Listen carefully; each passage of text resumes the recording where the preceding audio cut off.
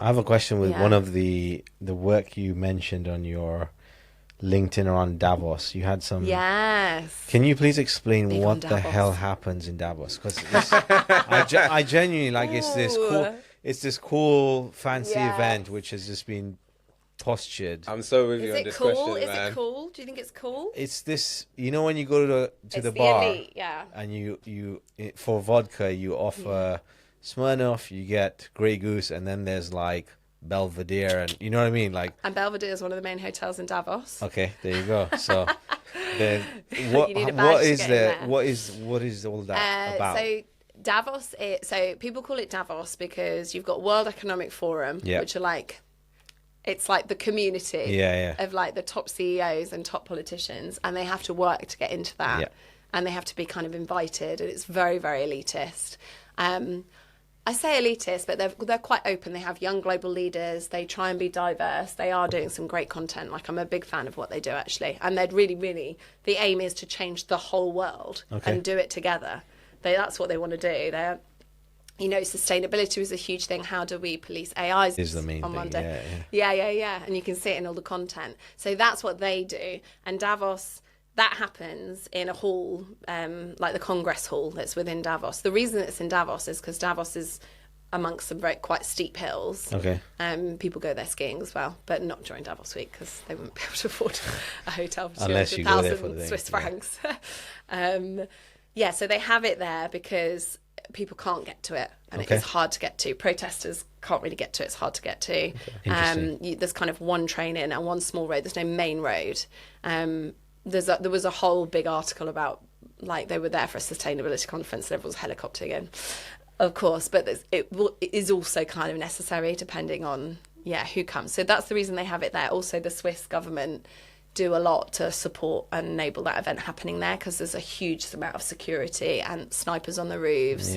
Wow. You know, everyone that goes, they think they've filled in one form and done a hotel badge check. No, someone's checked you out. Background checking. Someone's checked you. And that's why it's always around like neutral ground. Like Switzerland's neutral, and you've got so many leaders who are in one place. And there's no VIPs. You can't be VIP there because everyone's a VIP. But that also leads to issues. So where there's unlimited funds. So I was actually talking a few weeks ago, taking a friend's client there, and they were like, well, we've got unlimited resources. So I was like, well, it doesn't really matter if there's only, you know, a certain amount of rooms or a certain amount of accommodation and it's hard to get in there.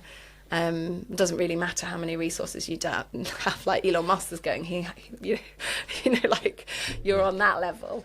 Fair enough. Let me not speak on that guy. But then around the Congress Hall are all of the big companies like to do things because it's the Fortune 500, it's the people. So you've got like, right? You know, the PwC, you've got TechCrunch also do things there. You've got big media outlets, Google do something. Although Google are on the whole other side of the lake, so they need to move. But up to them.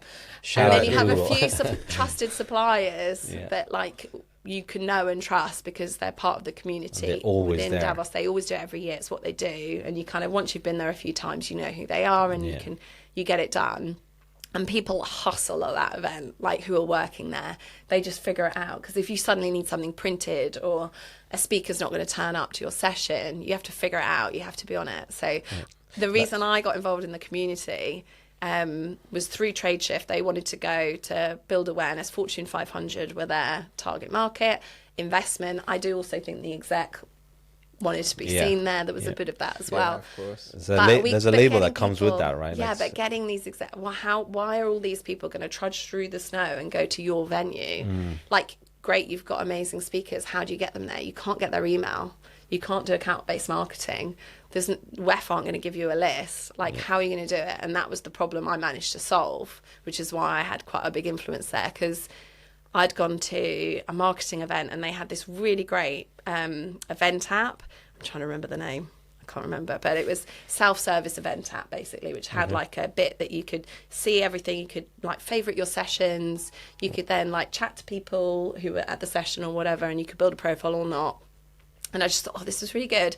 If we did that for Davos, so if we had that for all our TradeShift events and like somehow got that into the hands, I was like, well, no one's going to care about us. So what I did is we made friends with everyone at the event, And I went, I'm going to put your events on my app. I'm going to put your events on my app. I'm going to put your events on my app. And then how are we going to publish it? Right, young global leaders, they had this Telegram community, which they call Davos, which is like all the fun stuff. Well, not fun. It's still serious. There's actually not as many parties as you think. People genuinely go to bed quite early.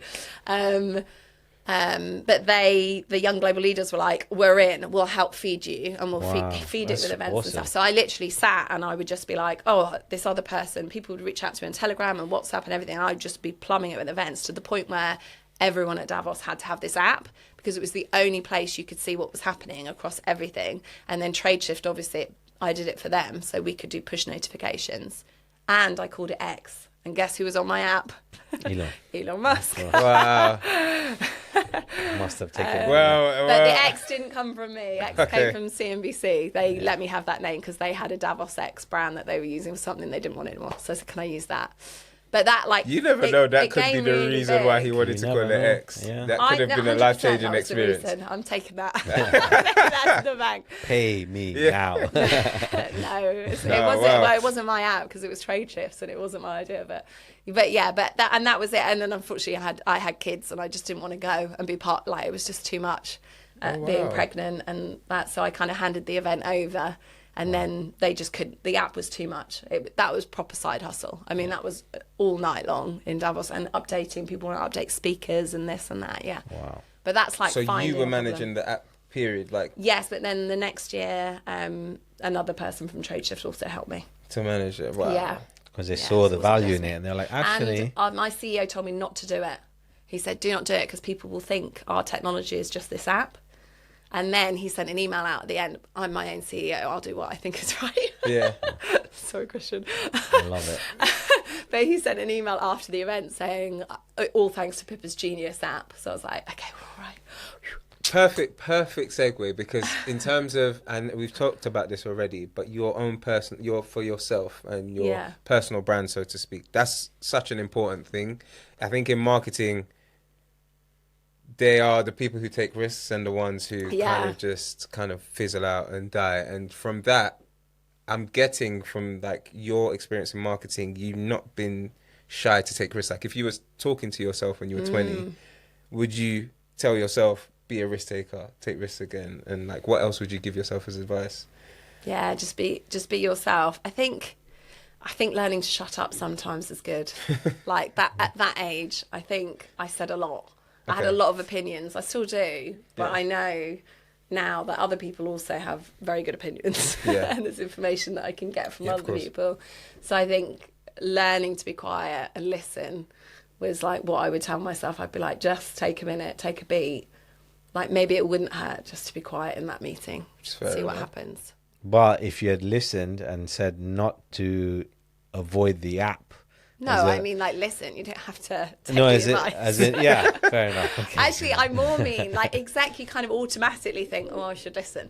But I more mean my, like, team and peers and people, yeah. Okay. And I think if you talk to anyone that's ever worked with me, my strength is that I'm in there and I've got good ideas and I'll make it happen. Whereas my strength is also that I've got good ideas and I'll get in there and annoy everyone with them and make it happen. So it's like strength and weakness. That's what she touched on earlier.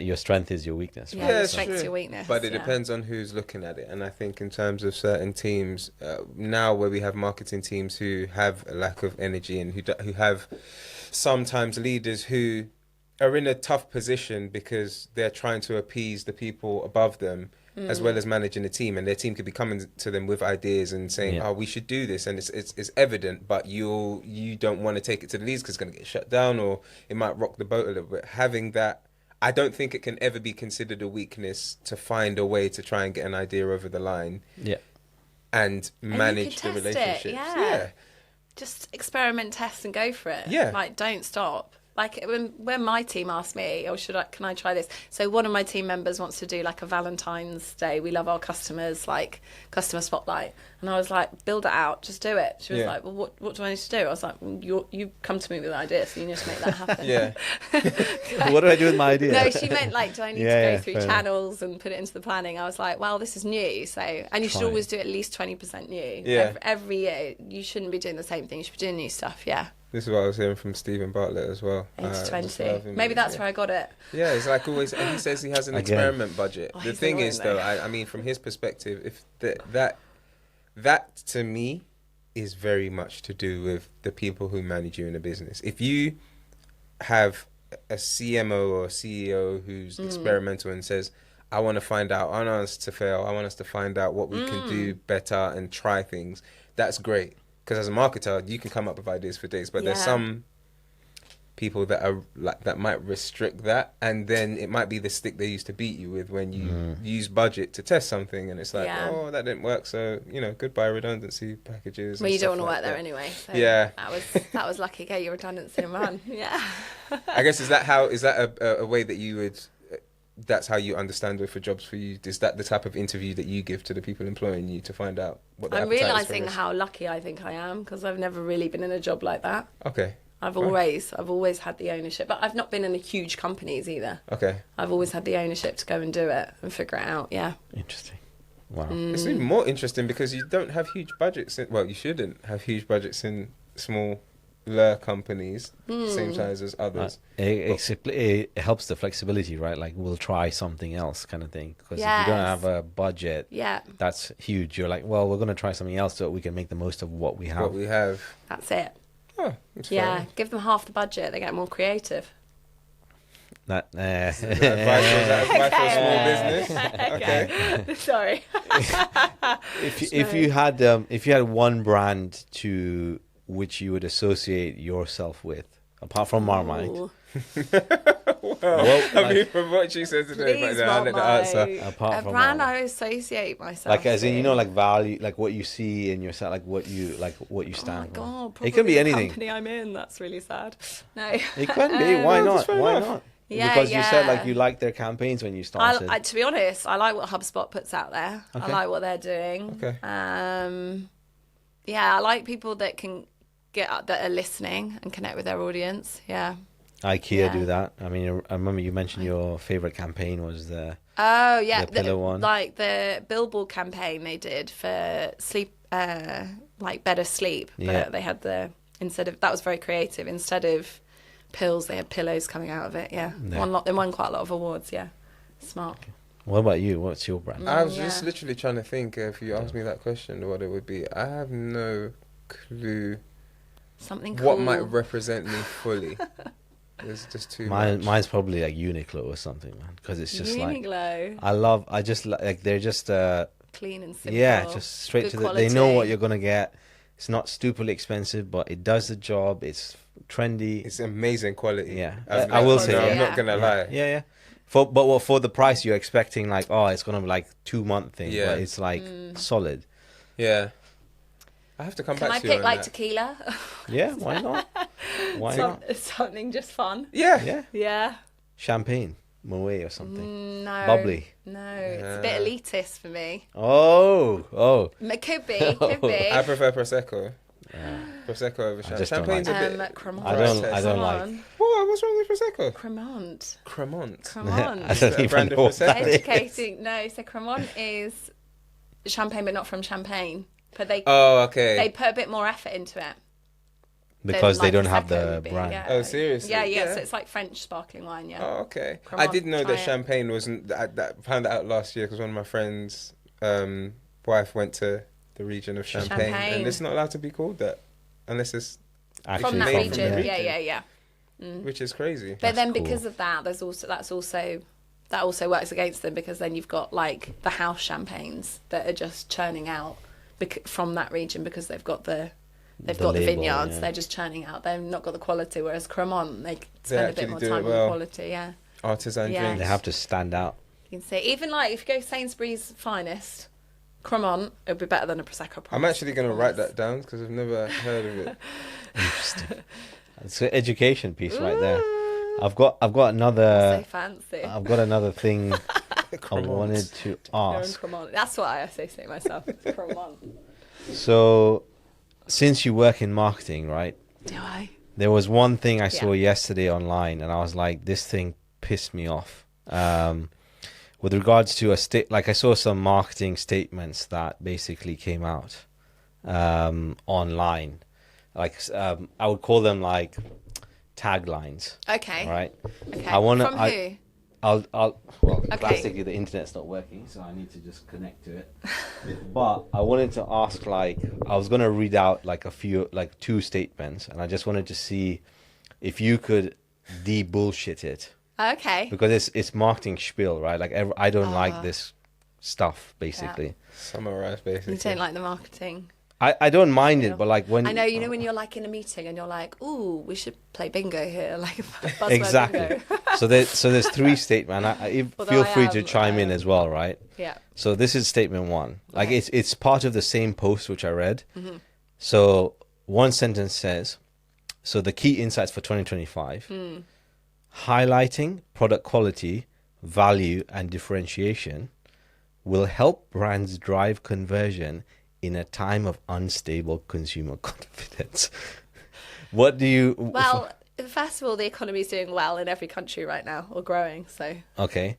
But if you were to cut that down, I'll repeat it. Yeah, just know your audience and sell to that. That's literally what I said as well.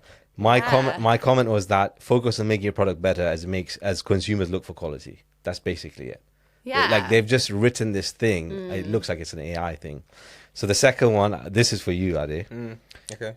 So a key insight for 2025, marketers who pay close attention to the zeitgeist will be able to deftly react to cultural moments, shifts in consumer sentiment, and regulatory changes. What did you get from that? Marketers who pay close attention to the zeitgeist. Yeah, will be able to react. Get on social media, mate, and just keep up with the trends. Exactly. So my statement on that is, if you pay attention to what's trending on or happening in your industry, you'll stay on top of stuff. That's basically it. You're still making it complicated though, but yeah. I am, but if you say zeitgeist at a certain point, you're like, the zeitgeist is the algorithm to me. That's literally what I thought when you said the zeitgeist. Okay, so the last, I'm gonna give you the last one. This is, you can collaborate if you want on this one. Okay, maintaining the image and storytelling customers love about a brand while embracing a creative lens will be a key pillar in preserving an already shaky customer loyalty base.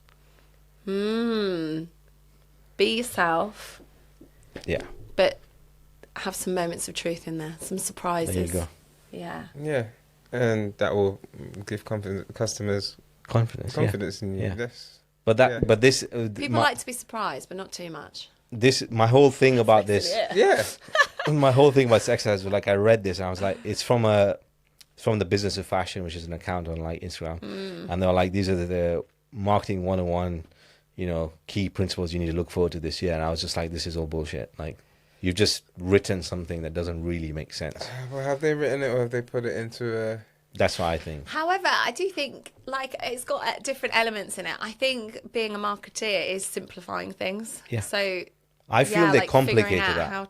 Yeah. I feel they complicate it, but like that's why I wanted to do the exercise to see how our brains would like cut through it and be like, actually, what you need to do is look at your product and make sure you're listening to consumers. That's what it is. Yeah. Across the board, to be fair, I think for me, from that type of spiel that happens in marketing is where I think this is why I enjoyed the podcast as well, because while we've been talking about quite potentially technical areas of marketing, it's sometimes you just don't want to hear it in that sort of language. You just want to hear somebody normal. If I'm a business, I just want to hear you speak to me about marketing so I can get it rather than I don't know. Try and explain it to my 6-year-old. That humbles you. Yeah. That's a good... You know what? We should do that. We should get like a 6-year-old actually, and get someone who owns a business to explain what that business does, and that's what you should be doing. Yeah, like that. So a 6-year-old. No, that actually be great. Do you think that actually the 6-year-olds? There's some smart. Maybe 7. Yeah. I think that would be a really cool exercise too. I mean, on that, like with you having children, has that changed how you want your career to move? Like, did you before see yourself as somebody who kind of, okay, I'm going to be director, then I'm going to be CMO and blah, blah, blah. Has it changed now you've had kids? Whoa. I never really, I don't really think about it like that. I just want to do a job that I enjoy doing. Okay. But I did used to travel a lot with work, and I used to like doing that. And now I've had to find a way of not traveling as much because I don't want to travel. Like commercial kickoff, they were like, should we do it in Amsterdam, Barcelona? I was like, why don't we do it in London? Yeah, fair enough. So that's the thing that's changed, I think, making sure that I own the time. And also, I can multitask like a motherfucker now. Like, that is a skill I've learned. And the empathy level went up massively. Like, I can just sense straight away, I know what's going on with someone. Yeah. I can figure out what I need to say or not say in a moment, where I probably was okay at that, but I'm much better now. How would you encourage somebody to learn about that human side of, without having children, just to kind of become more empathetic? How would you encourage someone to learn? In the marketing world, you know, there's progressions from executives to senior executives and stuff like that. And there's always a point where you have to manage people. And I feel like that job is very different to anything that you're doing from the technical marketing standpoint. So how do you encourage people, or how would you say people should learn about that side of the job? But that's the advantage of being a working mum. I don't want someone else to have it. No. I think Well, so basically, forget like your dreams. People historically, like, being a working mum has been seen as, like, let's not promote her because she's got kids. Yeah, That's been a thing. So now, understanding that can be a benefit to your business is like newer. So that's what I meant by that. Okay. But to learn empathy, it's just a listening thing and maturity, I think. Okay. I think when you've done enough of that and you've got to a place, a little bit more mature, it just comes with experience, then you'd get it. You guys are both good listeners, though. Like, I mean, we have to be, right? Like, you're a guest, so we can't talk over. No, it's really interesting hearing your take on stuff. One piece of advice you would give to someone wanting to get into the same career as what you've done? I think, depending on the country, if you're in the States, interning is such a good way to get into a business. And going for growth programs is great. And figure out, like, what marketing is and if you like it, and then just apply for, like, there's so many, like, entry level roles in marketing. It's great.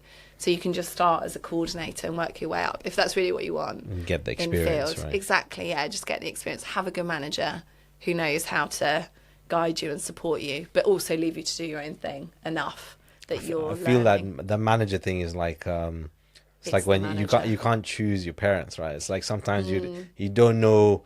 After the interview, you're like, this is it's a good fit, and then you get like 6 months down the line, you're like, not really. I can't really see what happened. But I get that point. I think you need to people need to be a bit more in tune with regards to, rather than just looking for the job, look at who you're working with. Yeah, of course. Easy to say though, but in this market, you probably just need a job. Exactly. It's true. It's a balance, right? And find the places that you can learn from. Exactly. Because there might be someone in your office that you want to sit next to because they can teach you something. Who I think it might have even been Steve Bartlett or someone that said who you sit next to is very important if you're in an office. Because if you sit next to a high achiever, you'll achieve 20% more. If you sit next to a low achiever, you'll achieve 20% less. So I think, and I learned a lot of what I learned during marketing because I sat and I was with people, and I learned about sales because I spent time with them in person, or I saw the processes and understood it. Yeah. Do you feel that's disappeared with this whole hybrid working? Yeah, a little bit. Yeah. Like not being able to learn from someone next to you. It's always like on a screen and like some presentation. I've not met two of my team yet, and I've been there 4 or 5 months, but they're coming over next week because it was just important that we meet in person. Yeah, I agree. I think a lot of my learning was done from a person who I got luckily exposed to like he was an agency member. And he was brought into the business, and he just taught me everything about like marketing automation, market operations, and literally we had sessions with him, and it was because he was trying to get me to work on systems. But that was luck. Even if I was in the office, there wasn't. This goes back to the thing about marketing again. Sometimes you do have a marketing team, but because of what you said about people needing jobs, people who don't. Marketing is something that can be learned, but there's people who don't really care about trying to be better at it that are in the job. So and it's very hard to pick up on the things that might be important, like, you know, how to manage campaigns correctly, how to track what happens, you know, thinking creatively and outside the box to tell a story to your customers. There's people who are like, what did the last person do? okay, I'm just going to do the same. We're going to go to the same event. We're going to do the same guide. We're going to do this. So I find that a lot of the stuff as well, it comes from a personal curiosity about it too. Like, you've got to like marketing as well. Yeah. Like, you guys clearly do. Well, I try to once in a while. But being excited by stuff. I love my job. When I finished Christmas, I was like, let's go back to work. Let's go. Wow. I wish I had that energy. That's such good performance. That's incredible. Yeah. I mean, we've got like 20 minutes left, but one of the conversation points around like brands and like you mentioned around how working where you are attracted to their campaign and like how you got involved in that. What else in terms of, like you said, you had a great creative team. Do you see how, like, I guess it'll be a yes. You can lean on them in terms of creating a new activation, for example. But would you trust them also to create something that you need? Like, if you create, so when you have something in your mind, you're like, I want to say this to someone, and you're like, I'm not sure they're going to be able to put it into paper. Do you feel like in your current role, you're able to do that anyway? Like, have you seen that growth in that sense in your environment? I guess that's more of a question of personally of how you reflect your ideas. Yeah.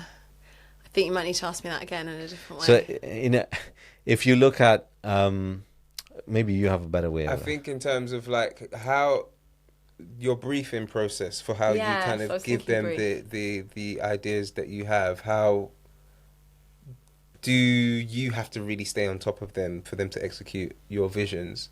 Or did you connect with them in a way that you can go in with confidence to say, all right, I'm going to give you this brief and you're going to create, like, how many times do you need to reiterate the ideas that you pass across to the team, and are they on the same wavelength as you? And I think that's a time in the business and with the audience thing. So at Trade Shift, towards the end, I'd been there nearly 10 years. I would be the one being like, no, we need to do it this way, and it will work better this way, doing the informing. Where I'm at Muse, I'm still quite new and learning. I'm leaning on the creative team to tell me how to do it and what to do and what makes sense. And then when I've got ideas, I'm lucky enough we have an event almost every week, in different regions, but I can pick and choose which ones which ones make sense for me to go to. And then I'll test ideas that I've got. So we've just done this. Like, you were talking about a Spotify rap on your other one, but we've just done like a content rap, but it's specific for role, region, everything. And it's like a physical thing they're going to receive with a little book of content with codes to get the full thing online. And then they've got digital landing pages as well. And I've also done some little socks and hats because it's cold in some of the regions. But that was all me, and that was my idea, and I iterated on that, but with the audience, like talking to them about, what do you read, like what's interesting to you, and also just knowing, like, I know case studies are important, but also a white paper might be good, and having a look at the data of what people have been downloading. So it was a little bit of everything. And then in terms of what the creative executed, I kind of just let them do it. But I was like, I specifically want these things in it. And I think I rewrote actually what the copywriter did, because he didn't quite get it, so I rewrote it and then resubmitted it. He was like, that makes more sense. I feel your role is, like, in my opinion, it's pure marketing, because you're able to go to events and get real-time feedback on ideas that you think about, and you see how it works in person, and you take that on board, and you can pivot the next event, which is coming next week, and you're like, you know what, that didn't work, I can do this now. And I feel I feel we've lost that in terms of just testing and learning, and like you said earlier about how people just get into the rhythm of doing the same thing over and over. I think you're in a position where you need to innovate constantly. Like, culturally, you need to change the way you maybe, you said people don't enjoy breakfast here, but people enjoy breakfast there. I think there's like nuances that I don't think people are doing today. I think that's why I can understand why you would want to stay in a small business or smaller business. Because once you get to a certain level, the bureaucracy stops everything. For you to rewrite a piece of content, compliance might have approved it for the wording and the way the brand comes across, and then you can't just rewrite that. You have to basically send it for approval, and there's timelines with all of that type of stuff. Whereas I just message my mate Tom. I'm like, it's okay. Did I spell anything wrong? Because I am dyslexic. Well, fair enough. Well, that's where Claude can come in now as well, though. Being dyslexic's an advantage now. But I do think that's the kind of benefit of working in a smaller organization. I think although we are nearly 70 in marketing. 70. Oh, I thought you were going to say people. 70 years old. Okay, 70 people in marketing. Okay, massive so maybe team. Mid. Yeah. I mean, I've never actually. Yeah, I have worked in a large team, but 70 is like decent. Like that includes product marketing in there. Yeah. Okay, so you're a small company. Imagine this: you're a small company, and you're setting up your marketing function. Because from that, like, then what are the things? If you were doing it for yourself, you had a business, you had. Yeah. I'm not going to say unlimited budget. You've just started your business. What would be the fundamentals that you wanted to get in your marketing team, whether in terms of the type of people you got or infrastructure you got? What would be? Feedback loops, just making sure that you're connected and you know what's going on, like with the audience, with the prospects, with deals that have won, not won, because you get your ideas from there. Yeah. You know what to do and not do. Yeah. You can experiment, like say do the 10 experiments, like let's figure out 10 experiments we want to do, how are we going to execute them, and just go fast and just do them and then iterate. But getting that feedback loop in and figuring out what that looks like and how you're doing it is probably would be my number one. And how, especially if you know your audience, though, if you're coming at a business where you know your audience, that's a bit different. You can trust on your instincts a bit. I mean, more like you're coming in and you don't know the audience. Okay. Yeah. How do you create that time and space? Because there's a tendency, like, you could get really overwhelmed with trying to be out there, trying to be present, trying to create campaigns. How do you, in your roles, try and ensure that the people that you work with or your teams have that space to reflect and to absorb the feedback and think about how they're going to go next? Because sometimes strategy week is like, strategy week starts this week, and by the way, New Year starts next week, so we want to start with this, and it's like, okay, cool, boom. There's not really a time to understand and pivot as you need to. So how do you suggest businesses create that space? So when you're planning anything, you just like it's not just tools. It's like, where can I get the information I need? Like, is that a one-on-one chat with someone? Okay. Is it a data point? Is it an event that we need someone to go to and speak to? Figure out what that is. What does that look like? And then feed that into whatever you're planning. Okay. And then just make a few really good friends, like within your community, that you can lean on as well a little bit. Like there's people within the hotelier space that I've seen at 2 or 3 events now, even though it's only been a short time, and I'm asking them to our event. We're doing a big event in Amsterdam. I'm asking them to come over, and I guess they're prospects, but really I want them to come over because I kind of want to keep that connection because they're helping me. Like one of them made such a good comment about the product that made sense to me about it. They wanted they didn't want it because it wasn't an all-in-one solution. And when I went and talked to the business and they were like, oh, that's the direction we're going, actually. I was like, okay, now that connects. Like, it makes sense to me. That's fair enough. That's such a skill. Yeah. If you don't make space for feedback, then you're wasting time. Yeah. And also, that's where you get the ideas. Like, I'm not the smartest person in the room when it comes to what hoteliers like. Hoteliers are. Yeah, they're the ones who know it. Yeah. They've got feet on the ground. I think that's for me, the takeaway from speaking to you is that the human connections that you make are just as important. A brand connecting with its audience is just as important as the people behind the brand connecting with people in the industry and the audience themselves, because it just keeps the ideas bubbling. Yeah. That's your key takeaway. Yeah. You need to get outside more. Stop being at home behind a bloody computer and a camera. It's easy. Like it's easy when you're a bit more extrovert, and I do understand that as well. But building a team where you've got a mix of extrovert and introvert is always important.